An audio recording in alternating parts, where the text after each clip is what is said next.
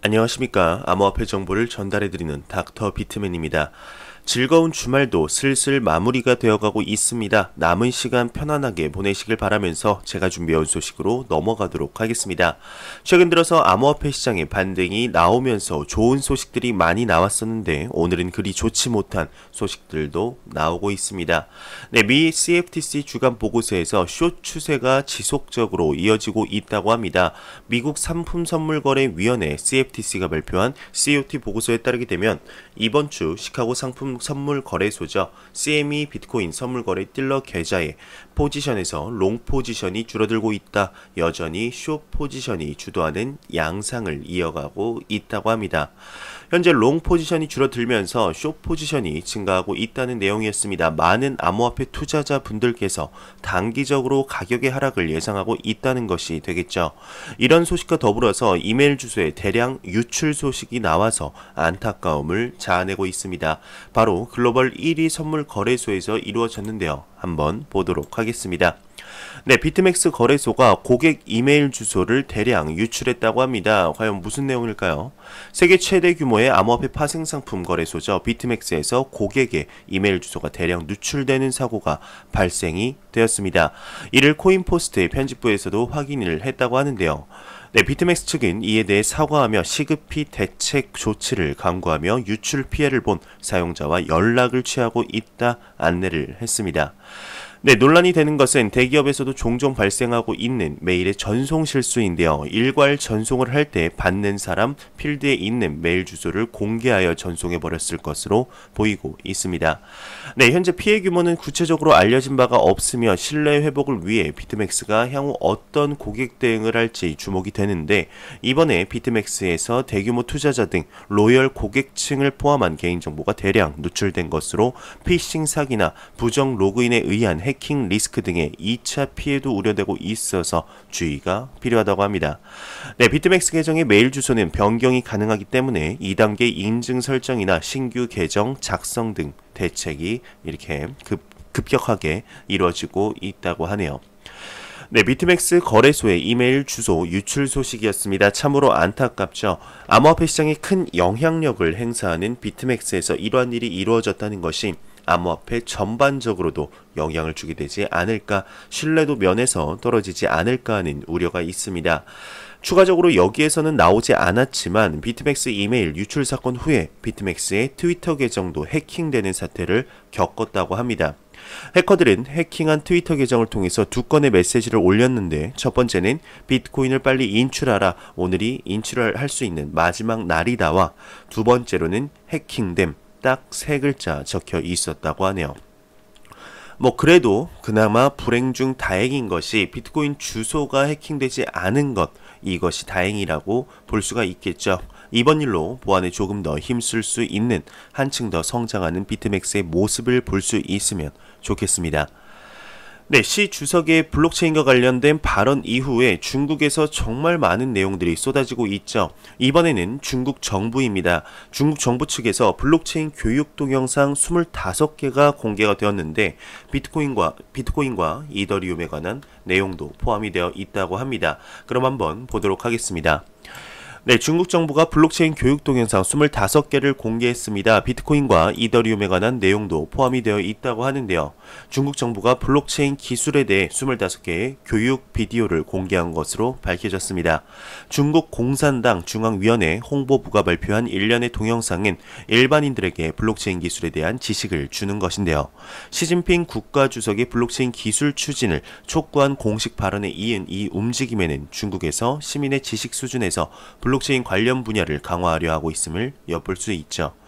네, 비트코인 등에 관한 내용도 포함이라는 부제를 살펴보게 되면 주목받는 것은 교육 동영상에는 이더리움이나 비트코인에 관한 정보도 포함되어 있다는 것입니다. 중국에서는 암호화폐 관련 사업에 대해 엄격히 규제가 되어 있고 주석의 최근 발언에서도 암호화폐, 가상화폐라는 단어는 언급되지 않았고 어디까지나 블록체인만 사용되고 있었습니다. 그럼에도 불구하고 동영상에서는 비트코인이나 이더리움에 대해 상세히 설명이 되어 있어 중국 정부가 암호화폐 활용에 열려 있을 가능성도 나타내고 있는 것이죠. 네, 비디오 시리즈 중에서는 이하를 비롯하여 다양한 주제가 다루어지고 있다고 합니다. 블록체인 기술 소개와 컨센서스, 알고리즘의 구조, 비트코인, 이더리움, 스마트 컨트랙트, 블록체인에 필요한 프로그래밍 코드, 블록체인상의 보안, 빅데이터 이렇게 포함이 되어 있다고 하네요. 네, 시리즈는 블록체인 기술에 대한 완전한 초보자를 대상으로 하고 있지만 업계를 숙지하고 있는 사람들에게도 충분히 볼만한 충실한 교육 내용도 포함이 되어 있다고 하면서 기사가 마무리되고 있습니다. 네, 중국 정부에서 블록체인 교육 동영상을 공개했다는 내용이었습니다. 기사에서도 나온 바와 같이 시 주석이 블록체인이라는 단어만 사용을 했다고 해서 암호화폐는 포함이 안 되는 것이 아니냐 하는 우려들도 굉장히 많았던 것도 사실입니다. 하지만 이번에 우리 중국 정부의 이번 교육 동영상을 통해서 그러한 우려가 어느 정도 해소된 것 같죠. 블록체인과 비트코인, 블록체인과 암호화폐는 뗄래야 뗄 수 없는 관계라는 걸 다시 한번 입증하는 것 같습니다.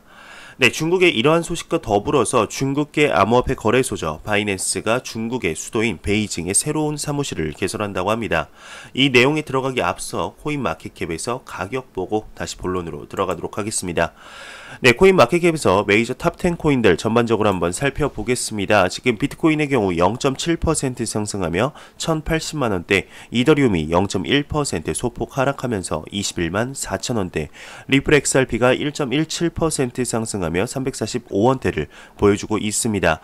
네, 그리고 비트코인 캐시 같은 경우는 4.54% 상승하면서 33만 9천원대를 보여주고 있고, 비트코인 도미넌스 같은 경우는 어제와 크게 변동 없는 67.5%로 매우 강력한 암호화폐의 비트코인 시가총액 점유율을 볼 수가 있네요.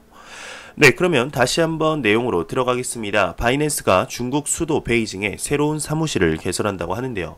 한번 보도록 하겠습니다. 네, 세계 최대 규모의 암호화폐 거래소죠. 바이낸스는 중국의 수도 베이징에 새로운 사무실을 개설할 예정이다 발표를 했습니다. 현 시점에서는 새로운 사무실의 개설의 역할과 예정일 등의 정보는 밝혀지지 않았다고 하는데, 바이낸스는 이미 상하이에 사무실을 두고 있지만 현재 중화의 수도인 베이징에 새로운 사무실을 차릴 것으로 알려졌습니다. 바이낸스는 전날도 위안화 P2P 거래시장을 개설하는 등 중국 관계의 암호화폐 서비스를 강화하고 있죠. 네, 최신 AMA, Ask Me Anything이죠. 무엇이든 물어봐 세션에서는 CEO CG는 중국 이용자를 위한 P2P 거래 서비스 상황에 대해 거래량을 공개했습니다. 중국 시장에서 반응을 느꼈다며 하루에 2에서 300만 달러의 거래량이 있었다 언급을 했는데요. 또한 바이낸스 책임자가 독자적인 지역 화폐 프로젝트 비너스의 복수의 지역 정부와 대화를 진행시키고 있다는 등 정부 관련과의 동향도 있었죠. 직접적으로 비너스가 중국과 관련이 있는지는 확실하지는 않지만 중국의 중앙은행이 디지털 위안화 파일럿을 시작할 가능성이 있는 가운데 동양의 업계 주목도는 굉장히 높은 상태입니다. 네, 이러한 움직임은 지난주 시진핑 주석의 블록체인 추진 발언에 이은 전개이기도 하며 중국 시장에 주력하겠다고 선언한 바이낸스가 중국 내의 노출을 강화하고 있는 것으로 보아 업계는 중국 정부의 암호화폐 유화 자세로 이어지는 것이 아니냐 하는 견해도 보이고 있습니다. 네, 바이낸스가 중국 수도 베이징에 새로운 사무실을 개설한다 이런 내용이었죠. 이것 또한 시 주석의 영향이 크지 않을까 생각이 듭니다. 네, 과연 중국의 이러한 기조 속에서 대립하고 있는 미국은 어떠한 반응을 보이게 될지 개인적으로도 참 궁금한데요. 현재 미국이 명확하지 못한 암호화폐 관련 스탠스 그리고 규제로 인해서 글로벌 암호화폐 거래소도 손을 들었다고 합니다. 네, 과연 어떤 거래소인지 어떻게 손을 들었는지 한번 보도록 하겠습니다. 네, 후오비 글로벌이 11월 중순 미국 사용자 계정을 동결한다고 합니다. 한번 보도록 하겠습니다. 싱가포르 기반 암호화폐 거래소자 후오비가 11월 13일 모든 미국 계좌가 동결된다고 발표를 했습니다. 후오비는 플랫폼에 남아있는 모든 미국인들에게 유예기간을 제공하고 11월 13일까지 사용자는 후오비 포인트 카드를 환불받을 수 있으며 계좌에서 남은 암호화폐 자금을 인출할 수 있다고 합니다. 거래소들은 오랫동안 미국 내에서 운영하는 데 문제가 있었는데 유럽과 아시아의 많은 나라들은 암호화폐 분야에서 사업을 운영하는 방법을 설명하는 구체적인 법을 제공해 왔는데요. 네, 그러나 미국은 그 전선에서 크게 뒤처져 있습니다. 세금 납부나 사업 운영, 관련 법률의 통과에 대한 약간의 보증은 이런 실질적인 틀이 없죠. 후오비는 오랫동안 아시아에서 가장 큰 암호화폐 거래소 중 하나였는데 한때 그들은 그 지역의 어떤 거래소보다 높은 거래량을 가지고 있었습니다.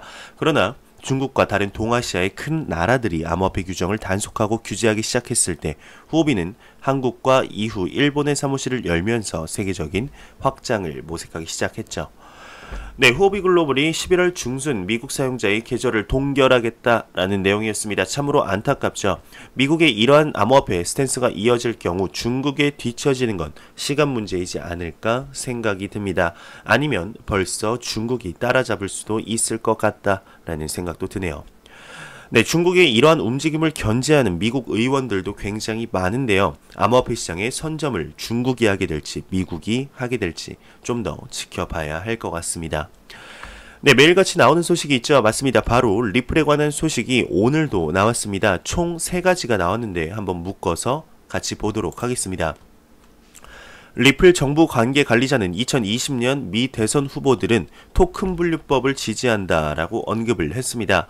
암호화폐 전문 미디어 AMB 크립토에 따르게 되면 올 9월 정부 관계 관리자로 리플사에 영입된 론 해먼드는 앤드류 양, 에릭 스왈웰 등 다수의 2020년 미 후보들이 토큰 분류법을 지지하고 있다며 국회의원들이 이 산업에 대한 대화를 시작한 것 자체가 큰 진전이다. 리플 워싱턴 사무소는 의회에서 규제 당국자들과 소통할 예정이다 밝혔습니다. 론 해먼드는 미 공화당 소속 워렌 데이비슨 하원 의원의 전 입법 보좌관으로 워렌 데이비슨 의원은 지난 4월 암호화폐를 증권법 적용 대상의 예외로 취급하는 토큰 분류법을 의회에 제출한 바가 있었죠. 네, 리플 산하 투자사 엑스프링은 핀테크 업체 스트라타 랩스를 인수했다고 합니다. 네, 암호화폐 전문 미디어 뉴스 로시컬에 따르게 되면 최근 리플 산하 투자 기관이죠. 엑스프링이 미국 샌프란시스코 소재 핀테크 업체 스트라타 랩스를 인수한 것으로 나타났습니다.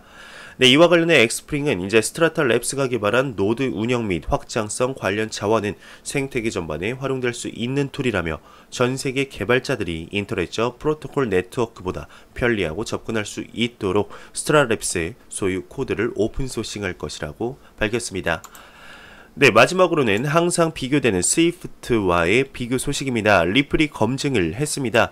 XRP를 통한 국제 송금 스위프트보다 송금 변동성이 10분의 1로 줄었다고 하는데요. 네, 리플은 암호화폐 XRP의 국제 송금에 있어서 유용성과 그 효율성에 대해 설명을 했습니다. 기존 스위프트에서 법정 화폐의 송금 휘발성을 10분의 1까지 막을 수 있다는 것인데 CEO 브래드 갈링하우스는 폭스 비즈니스의 질문에 답하고 송금 속도가 느린 법정 화폐와 비교해서 XRP의 송금 속도는 변동성을 극도로 완화한다 언급을 했습니다. 네, 구체적인 예로 변동성이 낮은 법정화폐 곱하기 3일의 송금 시간대 변동성이 높은 XRP 곱하기 3에서 4초로 한다고 하는데 XRP의 변동성이 리스크가 낮다는 것을 누구나 알 수 있다 설명을 했는데요. 또한 2019년 초 브래드 갈링하우스는 CNBC와의 인터뷰에서 스위프트를 이용한 해외 송금은 평균 3일 영업일이고 우리는 주말 동안 환율이 변하는 것을 감당해야 한다며 법정화폐 역시 가격 변동에서 자유롭지 못함을 이야기한 바가 있었습니다. 네, 이러한 변동성 리스크에 대해서 리플은 최신 블로그 포스트에서 자세하게 검증하고 해설을 했는데요. 이게 너무 복잡해서 그냥 밑에 간단하게만 보겠습니다. 네, 이들의 결론은 갈링하우스가 말하는 XRP의 변동성은 기존의 법정화폐 송금과 비교하면 변동성이 10분의 1에 머문다라는 것을 증명하는 내용입니다.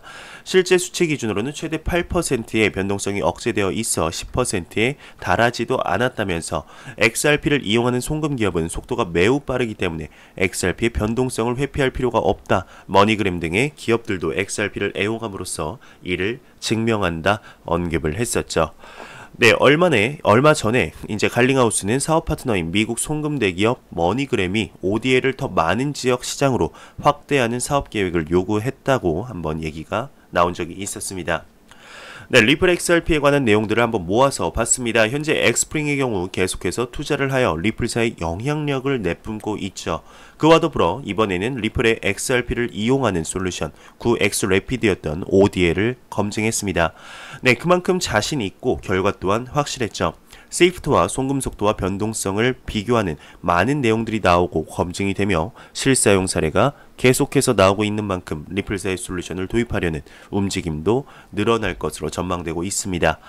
네, 하지만 이러한 소식에도 불구하고 XRP의 움직임은 꿈쩍도 않는 모습을 보여주고 있지만 암호화폐 시장의 대상승장이 찾아왔을 때 정말로 그 어떠한 코인보다 높게 올라가는 모습을 보여주었으면 좋겠습니다. 네, 전 미국 공화당 의원 바비리가 첫 번째 비트코인을 선물 받았다고 합니다.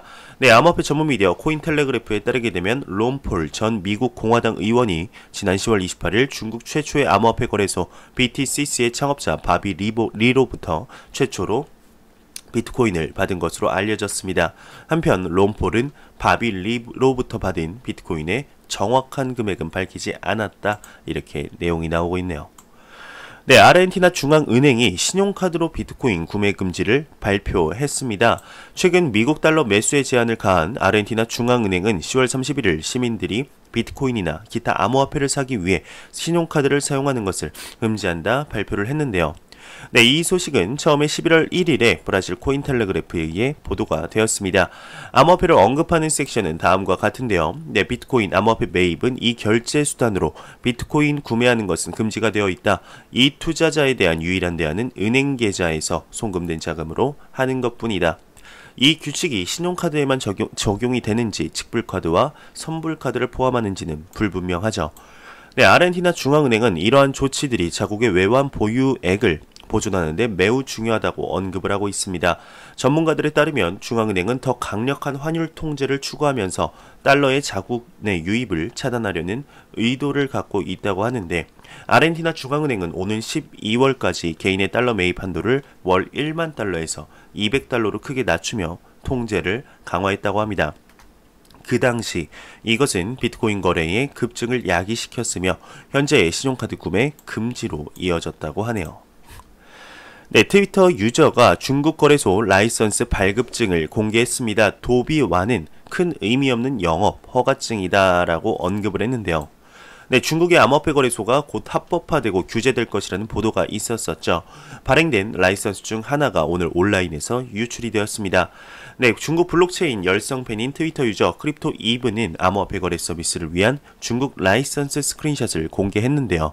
네, 중국에서 이런 문서가 나온 것은 이번이 처음이고 이는 곧 정부가 거래소를 허가할 것이라는 것을 암시하는 것처럼 보였습니다. 당장 라이선스를 확인할 수는 없지만 그 출처는 중국 기업의 데이터베이스를 호스팅하는 데이터 기술 회사죠. 티안야차에서 온 것이라고 하는데요. 네, 크립토 이분에 따르게 되면 이 라이선스는 중국에서 암호화폐를 기술할 때 흔히 사용되는 문구인 디지털 자산에 대한 것이었다고 합니다. 네, 이 특별한 라이선스는 광동에 본사를 둔 디지털 자산 거래 서비스 용인 것 같다고 하는데 광동은 중국의 소위 실리콘밸리인 선전이 있는 지역이기도 합니다. 2017년 말부터 중국 내에서 많은 금융기관이 비트코인과 거래하는 것을 막으면서 암호화폐 거래소가 기본적으로 금지가 되어 왔는데 이 소식은 사실로 밝혀질 경우에 최근 중국 블록체인에 대한 긍정적인 정서와 궤를 같이 하는 것이다. 이렇게 밝히고 있습니다. 네, 비트맥스가 비트코인 캐시 해시레이트 급변동 여부를 조사를 한다고 합니다. 네, 대형 암호화폐 파생상품 거래소이죠. 비트맥스의 영국 부분인 비트맥스 리서치가 비트코인 캐시의 해시레이트 변동성이 10월에 증가했다 발표를 했습니다. 네, 해시레이트는 죄송합니다. 네, 해시레이트는 마이닝을 할 때, 채굴 할 때 초당 채굴 속도이죠. 해시레이트 증가는 마이닝 참가자의 증가를 나타내는 것입니다. 이번 조사의 배경에는 비트코인 캐시 해시레이트의 변동성이 블록 생성 시간을 기반으로 하면 높은 수준에 있다 우려하는 목소리가 있었던 것 같다고 하는데요. 인위적인 조작이 이루어지고 있다고 불안시되고 있습니다.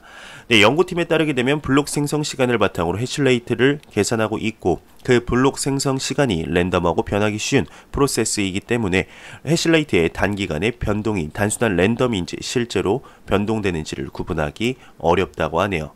네, 뿐만 아니라 이제 비트코인 캐시의 변동폭의 일정한 규칙성까지 찾을 수 있다고 하는데 이 주기적인 반복이 조작을 시사하는 것일 수도 있지만 그에 대한 직접적인 증거 또한 발견되지 않았다 이렇게 설명을 하고 있습니다.